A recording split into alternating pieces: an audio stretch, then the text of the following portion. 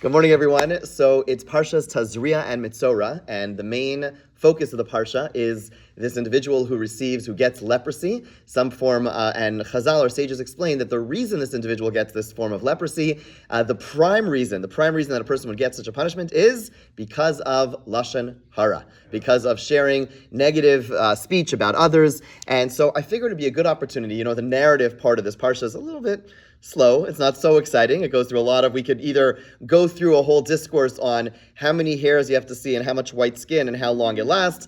I don't think that's going to work, so we're not going to get into the details of what Tzoras is. Instead, I thought it'd be a good opportunity to talk about Lashon Hara in probably we're going to go to one of the more extreme cases, but through that case, we'll hopefully walk away with some very relevant applications of Lashon Hara. The extreme case that I want to talk about, which comes up tragically from time to time, is Lashon Hara in the context of someone who's done something grievous, something really wrong. Meaning, the particular example I'm going to talk about a little bit is someone who has abused someone and sharing, calling what is the halacha about informing on them, telling the police, things of that nature. And this is a question which comes up from time to time, and it's a serious question, a very important question which has to be grappled with. On the one hand, we have these laws of Lashon Hara, and at the same time, we have some public safety questions, etc. So, God willing, we shouldn't encounter such things. I hope that there are principles that come out of this discussion that likely will be relevant in day-to-day living. For example, a question comes up that I have to deal with often,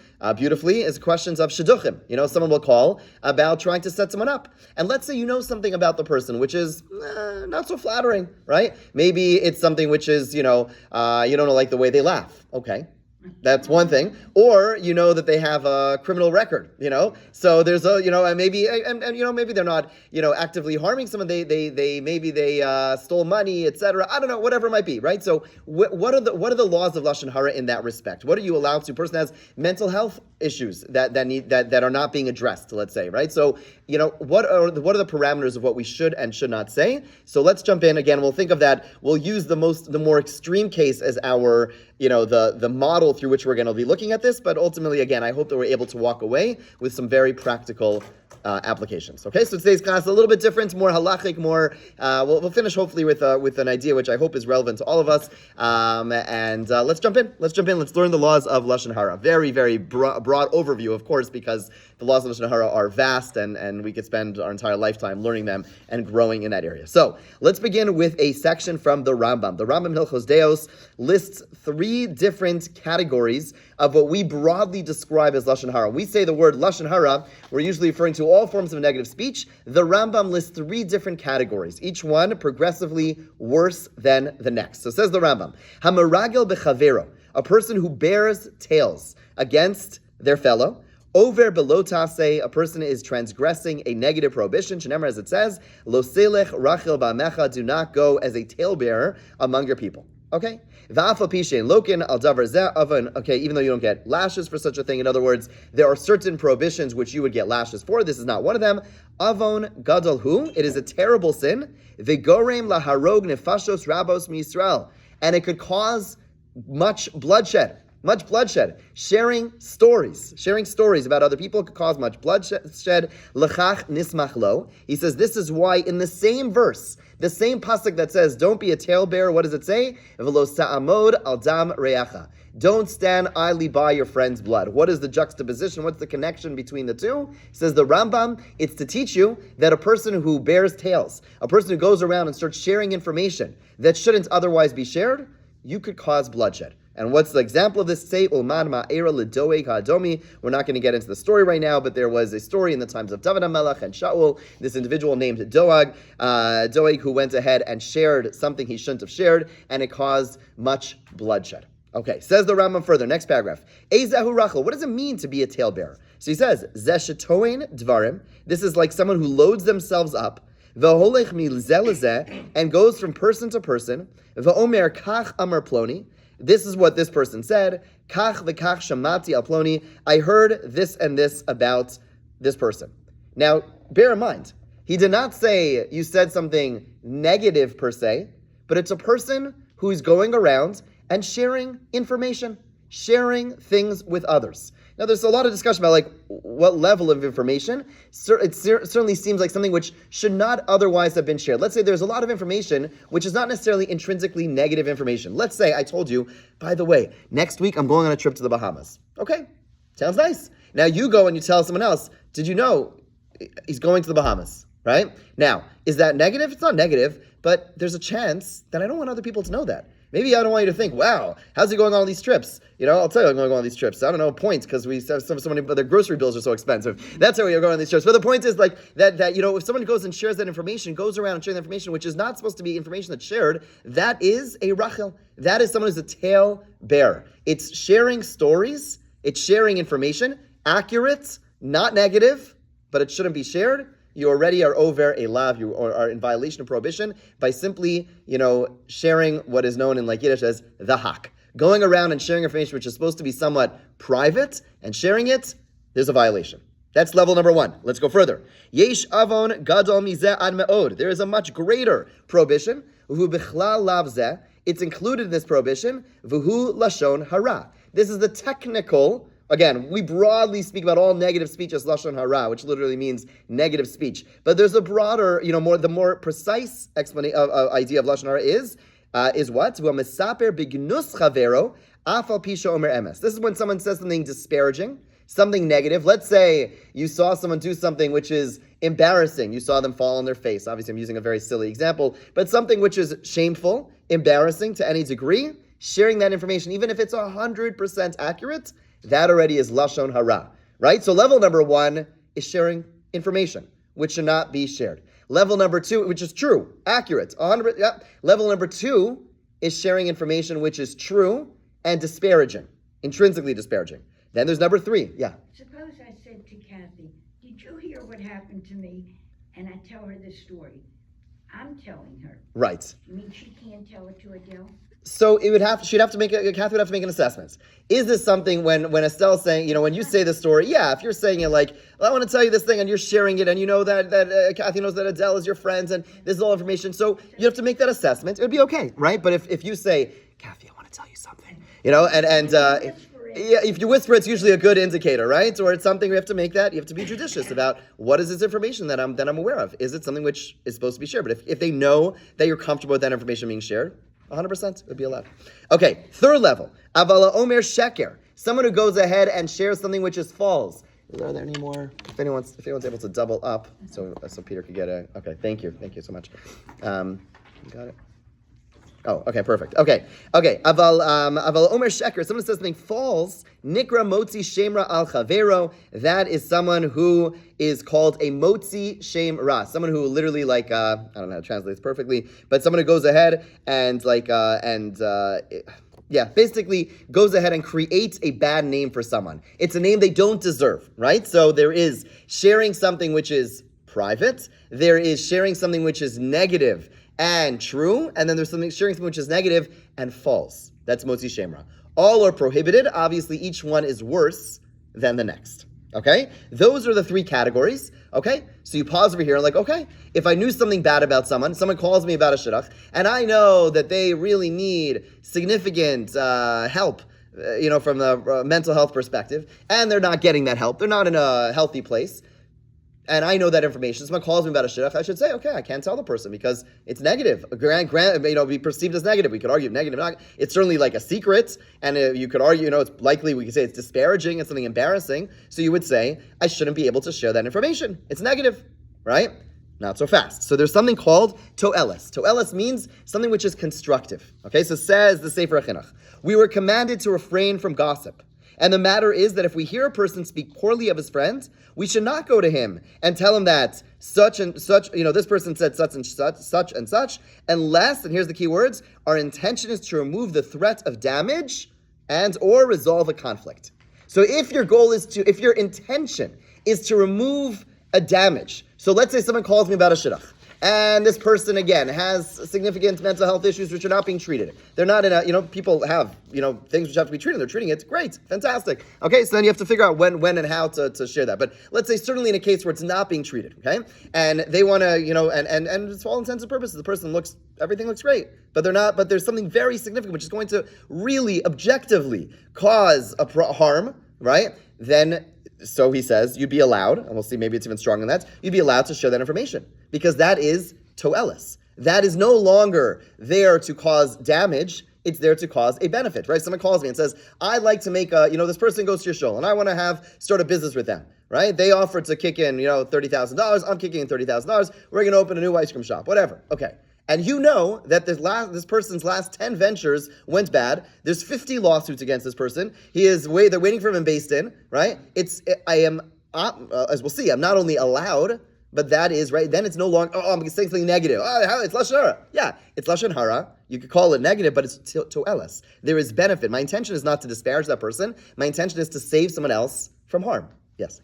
Is it only you because you're a rabbi, or this is significant? Great question. So the short answer is no, but we'll see the details in a moment. Yes? Rabbi, we had an incident. We called the Rosh Yeshiva because this fellow said that he was taking him places to collect money and everything. He knows him very well. And the Rosh Yeshiva said he doesn't know him. Interesting. We knew he knew him. Uh-huh. And the Rosh Yeshiva said, no, I don't know him. Huh. Interesting. Okay. Interesting. So hard to know what to make of that. But in a situation, again, let's say someone knew that someone was quoting someone incorrectly, saying, "Oh, I was endorsing this," and they're not. Then again, you should go and tell people it's not true, right? If the Rosh Yeshiva said it's not true, right? Yeah. You knew there's a problem when Right. said that. Yes. Exactly. How about somebody tells you to put someone on your Tehillim list because they have cancer? Right. I can do that. You could do that, but it's a very good. Anybody else to do that. Exactly. And I would actually suggest that when we share people's names, very often people, sometimes yes, sometimes no, but sometimes people want to be private about it, right? So very often someone will give a name, but they want to make sure no one knows who it is. So, could you daven for this person? They don't have to know the backstory. It's not like a bio next to every chola. Like, okay, it's this person. You just share the Hebrew name. Over 100 people. Wow. Okay, they should all go off that list. Hashem. But yeah, but the point is, that's a great example where that's not negative. You didn't do anything wrong to get you sick at all. And no one, even in our society, same would be true for mental health, but societally, we look at it differently. But when it comes to illness, no one's going to say oh, there's nothing embarrassing about it, but people sometimes want to keep that private. And therefore, sharing that information, saying, oh, this person's sick, if it's not for a benefit, if it's just sharing that information, is problematic. Yes? Supposing I have a terrible incident with somebody. Right. And it's a really disturbing thing. I'm emotionally really zapped from this thing. Right. I really need to share this with somebody. So I come home and I tell my dear wife here. Yes. The blow by blow, just to unload Yes. this particular misery, and this does venture into the realm of. Yeah, it's a great question. The early Rishonim don't speak about this, as far as I could tell. The Chafetz Chaim does speak about this, and he actually describes this as toelis, as beneficial. But it's very important to be careful about this. In other words, he says there are times, let's say a person has a hard day at work, or had some encounter which really wound them up. Okay, sometimes you have an encounter, you drive down the street, someone cut you off, and okay, whatever, fine, you can move on. Sometimes you're really wound up, and the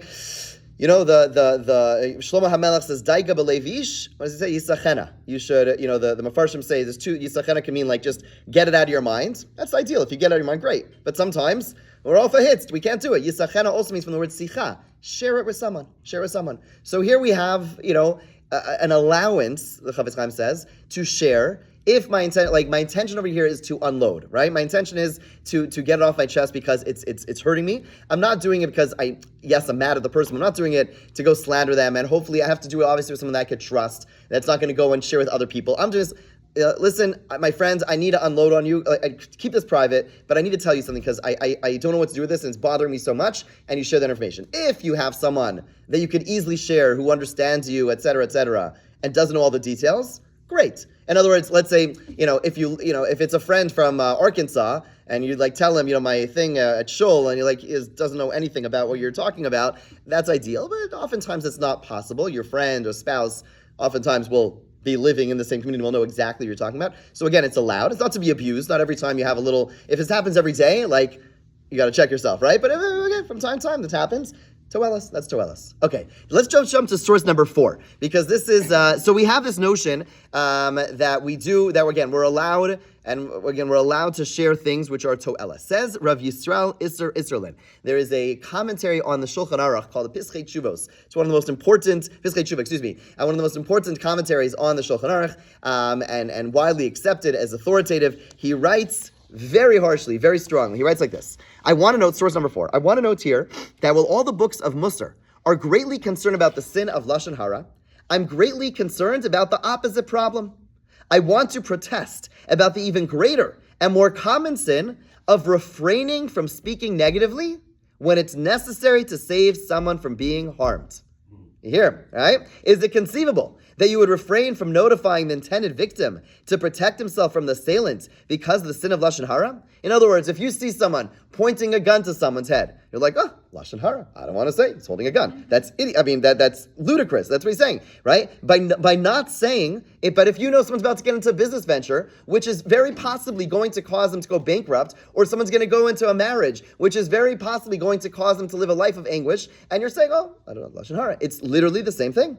By not saying you commit the unbearable sin of transgressing the prohibition of, neither shall you stand idly by the blood of your neighbors. You see what he did? It's that they're both the Rambam and Rav Yisrael Isserlin are basically both acknowledging the juxtaposition between those two phrases in that pasuk. It says, don't speak Lashon Hara, and don't stand idly by your friend's blood. The Rambam says, because Lashon Hara could cause you to spill blood. He says, Pischei Teshuvah says the exact opposite. He says, don't speak Lashon Hara, but recognize there are times when you need to, because if you don't, you'll be standing idly by as your friend's blood gets shed. It's critical to speak negatively about someone if the goal is to save someone from harm. The general principle, then he continues, is that it depends on the speaker's motivation. If the intent is to bring about the benefits of the other person and to save him and protect him, this is a great mitzvah. Unfortunately, I've seen many times where someone witnesses another person trying to cause harm to someone else, and he suppresses information and says, why should I get involved in a matter which isn't my business? However, one needs to be careful about these and similar matters. Fine. Bottom line is, it's critical that when we know information, right? So, you speak to people in the dating scene, they'll tell you, so often they go on dates and no one told them that, something crazy. Again, there are things, as we'll see, we're going to get into a little bit more the details in a moment, but sometimes there's something which is objectively problematic. You need to have known this before, and a person gets into a relationship, no one told them. What's going on? No one to speak Lashon Hara. No. Lo samad al zamriyacha. You're doing something wrong by not sharing. It's wrong. It's wrong. Okay, so let's see how the Chafetz Chaim goes ahead and lists 7 rules or 7 qualifications that need to be met in order for something to be lito elis, in order for something to be not seen as negative, but actually beneficial. So this is his list, and again, as we started, I'm going to think about this, we're going to explain this in the prism of the more extreme case, the case of abuse. Okay, and again, within that, we'll also be able to understand cases which are in the middle. So says the Chafetz Chaim. Number 1, one must see or hear the act oneself. In order to share this, you have to see or act yourself. Okay, he does add, the Chafetz Chaim does add, well, let's say you don't know it firsthand, but you heard it from someone very credible, right? So he says, then when that's true, when you go and share with someone else, it's critical that you say, I did not see this or hear this myself, but I heard it from a very credible source.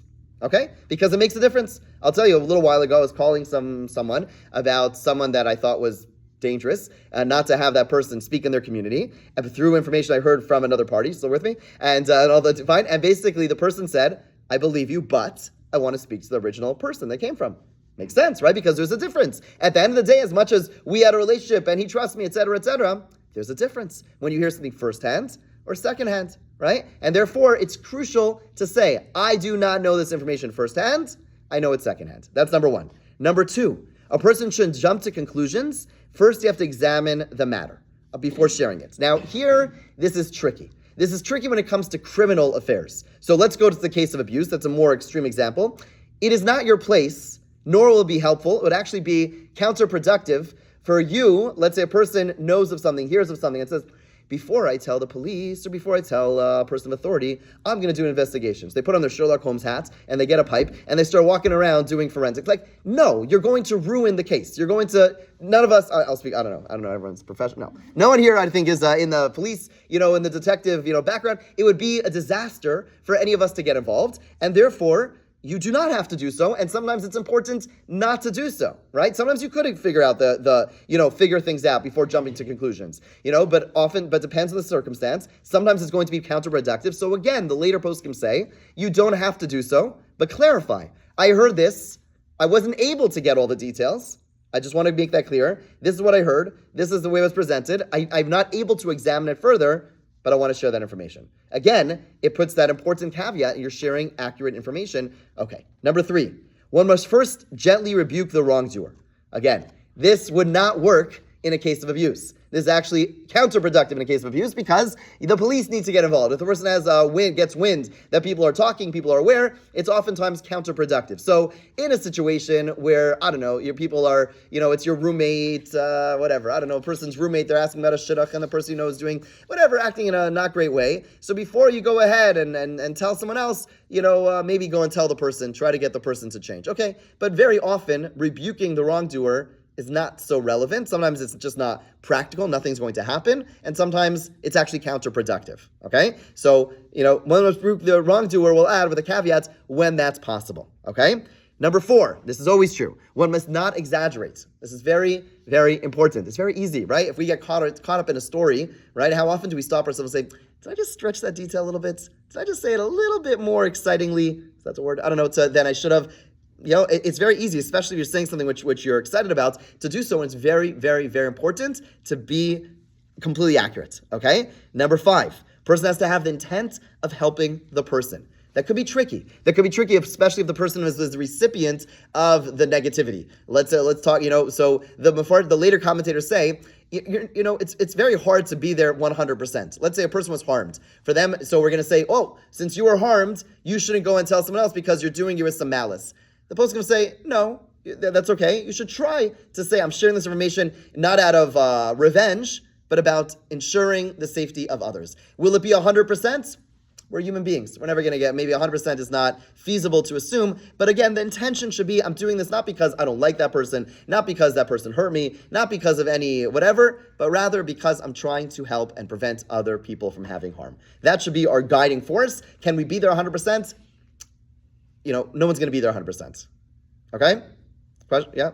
Okay, let's go further. Number 5. Number 6, excuse me. If a person can bring about the benefit without speaking, one must do so. Okay, so in a case of abuse, don't. In other words, don't think I'm going to save the day. I'm going to go ahead. Sometimes you have people say, I'm going to make sure the person doesn't do anything wrong. I'm going to tail them all day long. I'm going to be there. It's crazy, as ludicrous as it sounds. There are people who do so and say, I don't want to go and tell people about this. I'm going to make sure it's taken care of. In a case of abuse, that's not possible. In case of Shidduchim, it is very possible. Sometimes I get a call, and again, this might work, depends on the relationship or the person that's being called. And sometimes I'll know something, and for whatever reason, it's and the person's not dealing with it or whatever it is, and they shouldn't be dating this person. And so instead of saying, don't date them because X, Y, Z, I'll ask some questions. Say, tell me a little bit about the person you're trying to set them up with. A bit. Oh, you know what? It's a terrible idea. They have nothing to. It'll be a disaster. And they're like, oh, okay. And they're like, well, second guessing. If someone says it'll be a bad, that doesn't say, it could be a disaster because one person is, a Democrat and one person a Republican, and they're both like super crazy about politics. Okay, it'll be a disaster. That's one would be a disaster. They don't have to know why, right? So if you could avoid it, great. That only works in very particular circumstances, right? So if someone calls you about a business prospect and this person is not a very honest person, you could say, I believe they're busy right now with another venture. They don't have whatever. You could get around it in a way that's still safe. Sometimes that's not enough. Sometimes, again, you have to do more. Okay.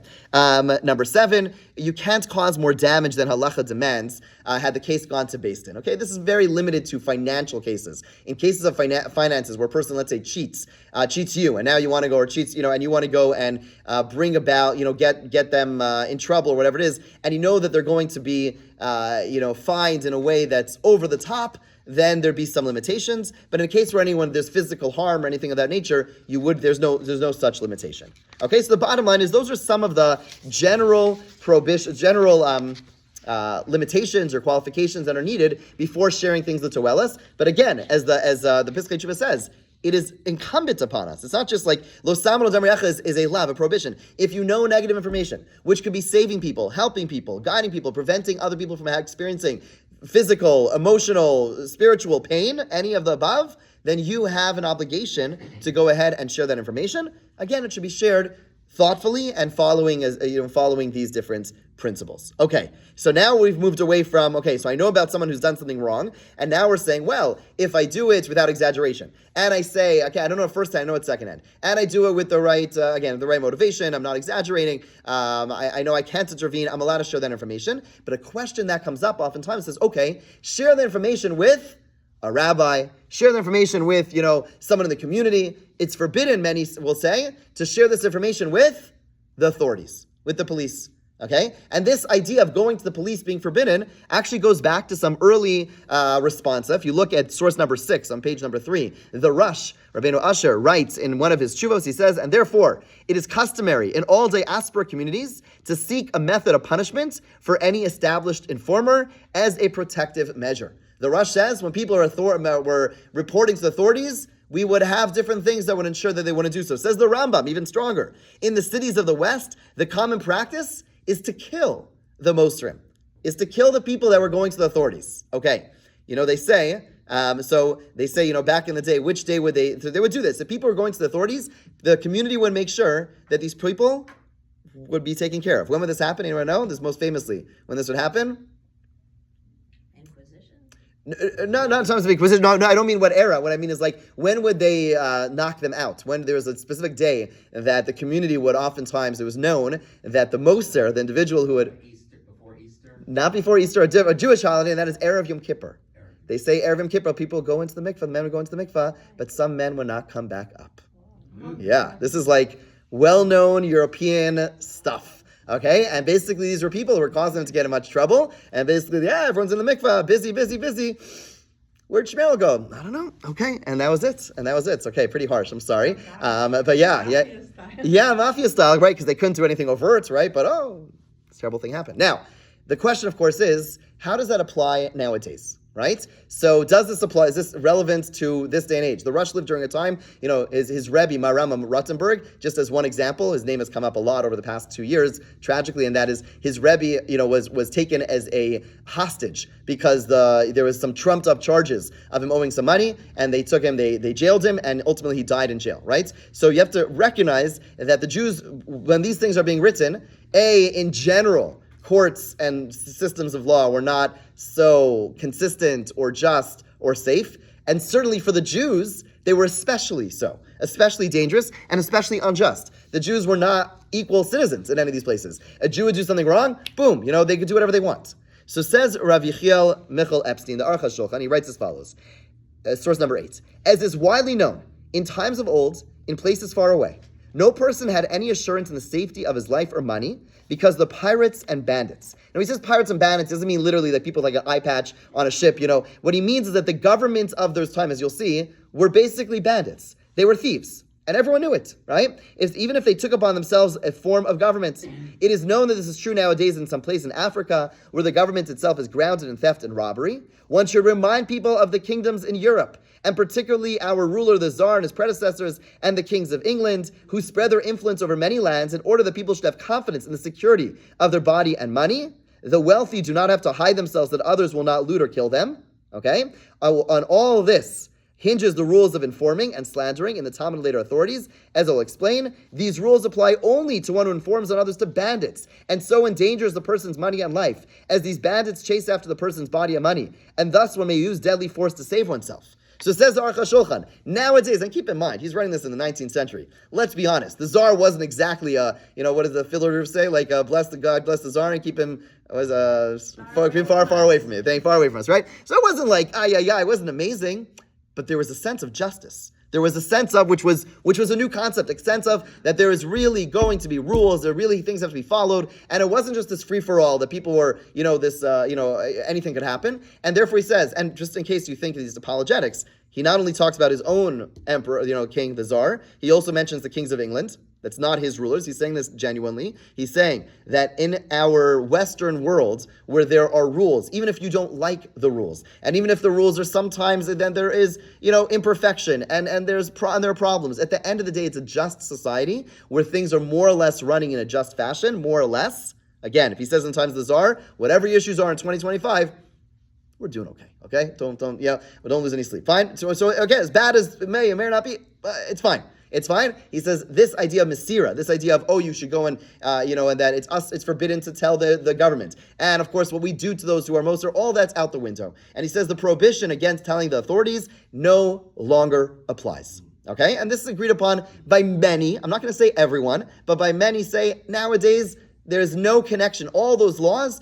no longer apply. They applied to a very different political, social climate. It does not apply today. And therefore, with that in mind, you could see some of the next sources. In source number 11, Nishmas Avram, Rav Avram, Dr. Avram, says, he writes that he asked Rav Shlomo Zalman Auerbach and Rav Elyashiv and Rav Eliezer Waldenberg, these were the three leading halachic authorities in Israel, about doctors who are aware of child abuse. And he said, of course, you go to the police. You go to the police. No question about it. It's straightforward, right? Because they live in a country where maybe they're too strict, maybe they're too lenient, maybe there's corruption. It doesn't matter. Bottom line is it's a just society, and therefore you are allowed and should and are obligated, at the end of the day, it cannot be taken care of internally.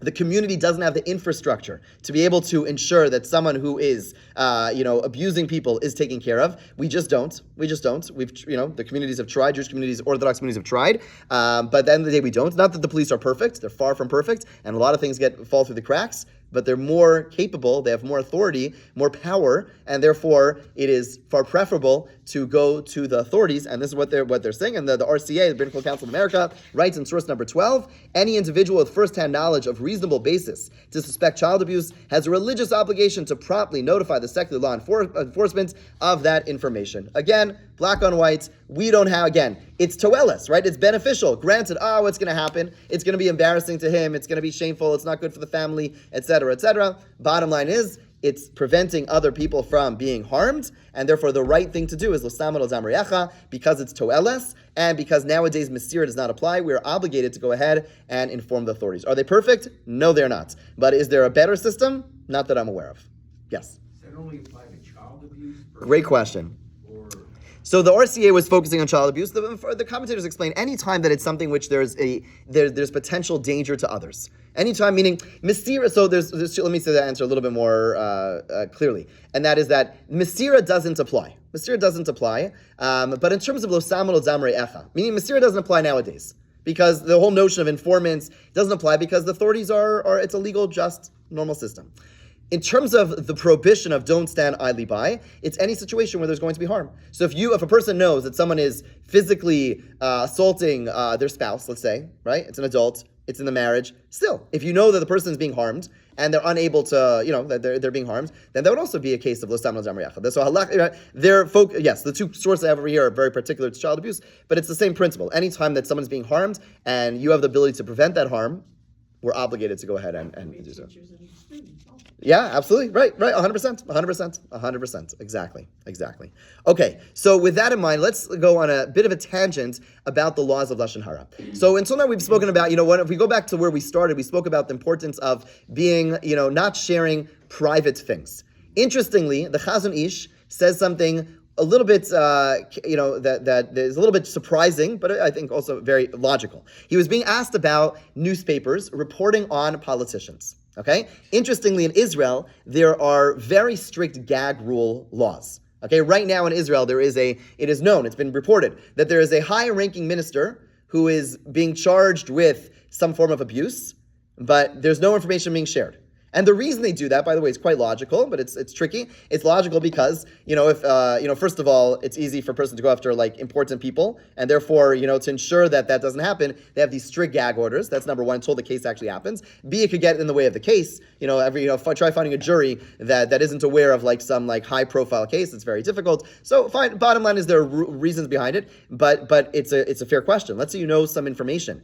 Even, let's say it's negative, let's say it's not so flattering, let's say it's somewhat private about an important individual, a leader of sorts, political, religious, one would think, we have to be very quiet about it. The Chazon Ish says actually the opposite. The Chazon Ish writes that we are permitted, in the bottom of the page, and in fact required, to be aware of the character and behavior of communal leaders, as such involvement by the populace is necessary to ensure an appropriate level of leadership. Nonetheless, fine. So he says, because these are our leaders, there is an intrinsic toeles. There's intrinsic value of knowing who it is that you're turning to for advice. They're turning to for direction. And if there's information out there about the person, whereas in general we want to be extremely, extremely cautious, we're actually a little bit looser when it comes to communal leaders, because you don't just look up to anyone. You have to have a sense of who they are. And if there's information out there that is relevant about that person, the Chazon Ish says it's okay and it's important to share that information. So again, you talk about the laws of Lashon Hara. Let's use extreme cases of an abuser. So first of all, you have to go to the authorities because they're likely the only ones who could even try to do something. Again, with all the deficiencies. But also sharing the information. If people are turning to this individual, say, oh, it's Lashon Hara, I spoke to the police. Not so simple. Not so simple. Again, you might have to speak to a lawyer before you go and start talking negatively about a person, But the point is that in terms of does the community deserve to know, the answer is the community deserves to know, right? Because if there's someone that if people are turning to, it's important that the community is aware, the people are turning to this person are aware of who it is that they're turning to, whether it's a teacher, a rabbi, whatever. Nonetheless, in the same breath, he warns that extreme care must be taken to not deviate from the truth or fairness and not to go beyond what is necessary, even to the smallest degree. Of course, we cannot exaggerate, and that is that. Okay, two other related pieces as we discuss the laws of Lashon Hara. And again, there's so much more to say, but we'll just talk about these things briefly. There is a notion that the Gemara tells us, Maseches Nida, that one may not accept, but one must suspect. Meaning, let's say you heard negative information illegally. You're sitting at a Shabbos table, and someone's like, "You're not gonna believe it," and they start telling you, and before you even get a chance to say, "Oh, Lashon Hara, Lamed," hey, before you stop the person, before you change the topic, whatever it is, you heard the information, right? So what the Gemara says is, don't believe it, but suspect it. So what does that mean practically, right? Believe it, don't believe, but suspect. So there are different formulations. The way the Chazon Ish understands it, which I think is the most easiest way to implement, is that we shouldn't treat the person differently. In terms of let's say we treat them kindly or whatever it is, shouldn't treat them differently, but you'd be a fool not to be suspicious. In other words, let's just use, again, an extreme example. Let's say you heard some rumors this person was unsafe around children, right? But it's a rumor. You don't know it for a fact. So if you see them in the street, you should still say, again, hopefully they're going through courts and things, but in the meantime, until things are ascertained, you say good Shabbos, right? Do you have to invite that person over to your house or pay them to be your babysitter? No, you'd be an idiot, right? So that's those are extreme examples, but basically it's fine, excuse my language, but the point is like finding that balance between, on the one hand, maintaining that respect until things are clarified, and at the same time, making sure that you are taking appropriate precautions. You don't have to be suspend belief just because the law is Lashon Hara. If you hear something which is potentially dangerous, potentially relevant, then you go ahead and you put in those you put those things in. Okay. The other principle that comes up a lot is something called apeit lasa, and that is that the Gemara tells us that when something is shared in front of three people, then you're allowed to talk about it. Now, there's actually a number of different ways to understand what this means, but I'll share with you one of the ways, which is widely accepted, and that is if it's something which is public knowledge. In other words, if we want to talk about O.J. Simpson, right? There's not a person in the world, I don't think, doesn't know, everyone's in America, who is not aware of, the basic, contours of that case, right? Everyone's aware of it, right? It's something which is public. It's something which everyone knows about, right? So that's something which is apeit lasa. That's something which is, public knowledge. That's you're no longer, spreading negative, the idea is you can't spread negative information. But if it's already there, you take it as a fact. In other words, if everyone knows this as a fact, meaning anyone, whether you get the paper, don't get the paper, there's certain things that we know. So, just it gets around. Whether rightfully or wrongfully, we know. And therefore, you're allowed to discuss those things. What you shouldn't do, the commentators still say, it shouldn't be done just for the sake of disparaging. It shouldn't be done just for the sake of being cynical. Meaning, if you're having a conversation, you want to give an example. I just did this now. I want to give an example. It's not just public knowledge. I mentioned the O.J. Simpson trial, right? And whatever it is. So, I'm mentioning something which is intrinsically negative. My point is not to disparage or to make something negative. It's a fact. It's a fact. I'm just using it as part of the conversation. I shouldn't be sharing this information for the sake of decrying or degrading. But if it's allowed to be shared, as part of a conversation. If it's something which is widely known. Okay, fine. So again, I know there's a lot more there. I want to share one final thought about Lashon Hara. Beautiful, beautiful, beautiful insight by Rav Shlomo Freifeld. And he says as follows. There's a very famous story in the Gemara that says this individual, this peddler, is walking through the streets, right? And he says, who wants life? Who wants life? And everyone comes around. They think he's some anti-aging cream. I don't know, whatever. They're all like, what's he giving? What's he giving? And what does he say? He quotes the pasuk, says, Mia isha chavetz chaim, who's the man who desires life? Nitzor Lashon chameira, don't speak Lashon Hara. Okay. And that's the end of the Gemara. Okay, like most Gemaras needs to be unpacked. You can't just read it superficially. Well, it's just like a trick. It's just like a gimmick. What's he trying to get at? What's he trying to really convey? And so Rav Shlomo Freifeld basically wants to engage in like a thought experiment. So let's do a thought experiment together. Let's say I told you that I don't know. Let's think of an example. Let's say I told you there's someone, 20 blocks in downtown Baltimore. Someone you never met in your life. No, not Jewish. Who was, has, use an extreme example, I don't know, is involved in some financial scheme. They have a second family in Alabama and, whatever. Okay, I tell you that. Interested? You want to hear more? Maybe not. Let's say I told you that someone down the block is involved in some financial scheme and they have another family in Chicago. Okay? And let me I told you that person is actually the president of a shul. Right? I feel like the wheels are like, no, tell me more, right? Well, all of a sudden got more excited. Why? Why is that more appealing than the guy who lives 15 blocks away downtown? Like, what is it about that? And the more prestigious we get, right? Oh, he's the president of shul. Let's say he was like the rabbi of a shul. Whoa, now this is really exciting, right? So what's going on over here? Why is that, right? So there are a lot of theories, evolutionary theories about like why gossip. Like, who doesn't like Lashon Hara, right? Okay. Because you've worked on it, and you still do, but you're just an amazing person. You give, and you've worked on not speaking it. You know why? It was the easiest thing to give up. When I heard Lashon Hara or spoke it, I put $1 in tzedakah. It got very expensive, and I had to stop.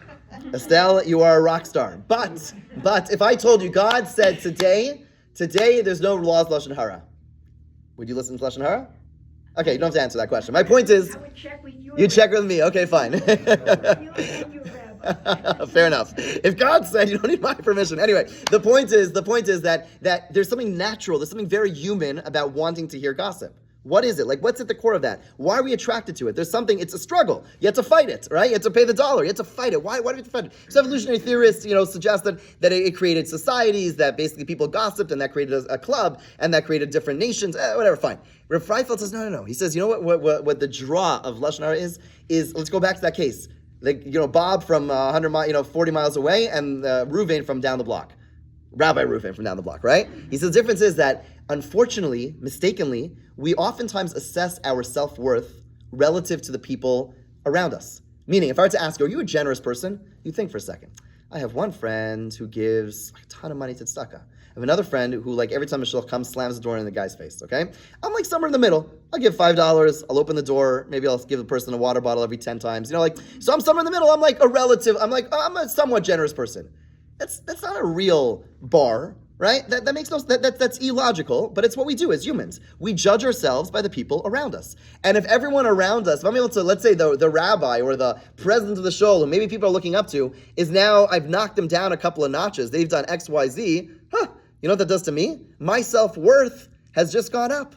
I just become I'm a much better person. Why? Because this person's over here, I'm the only one left standing. I haven't committed a felony. Okay, great, fantastic, right? So because if we're judging ourselves relative to others, then when I put other people down, by definition, it lifts me up. And that's such a beautiful, profound insight. And therefore he says that's what the Gemara is telling us. And that's what David HaMelech is really telling us. If you want life, what do you mean you want life? You live a longer life because you don't speak Lashon Hara? Maybe, I don't know. Possibly, but you know what it means? It means that if you want to have your own life, if you want to live a good life, there's nothing sadder than the person who's always looking over their shoulders and always, has no sense of self. You want if you want to have a sense of self, you want to have life, your own life, stay away from the enterprise of gossip entirely, because that just feeds into that relativity, that sense of looking around.